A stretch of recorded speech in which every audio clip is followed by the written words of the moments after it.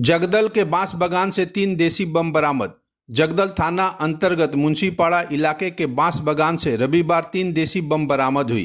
Plastic की बोरी में बमों को रखा गया था। जगदल थाना की पुलिस ने निष्क्रिय करने के लिए बमों को अपने साथ ले गई। इस बारे में स्थानीय भाजपा नेता बप्पा भट्टाचार्य ने क्या कहा, सुने। 30 নম্বর ওয়ার্ডে অমর দাসদের বাড়ির বাঁশবাগানের কোনায় কোনো সন্দেহভাজন জিনিস পাওয়া গেছে। তৎক্ষণাৎ আমরা এখানে আসি, আমাদের সন্দেহ হয় এটা বোম। আমরা আমাদের এমএলএ সাহেবকে খবরটা পাঠাই এবং জগদ্দল আইসিকে আমরা মেসেজ করি। এর আগে শিবু রায়ের বাড়িতেও নির্বাচনের আগে অ্যাটাক হয়েছিল, বোম্বিং হয়েছিল। এখানে তৃণমূলের কর্মী তারক বৈরাগীর বাড়ির থেকে বোম মেশিন পাওয়া গেছে।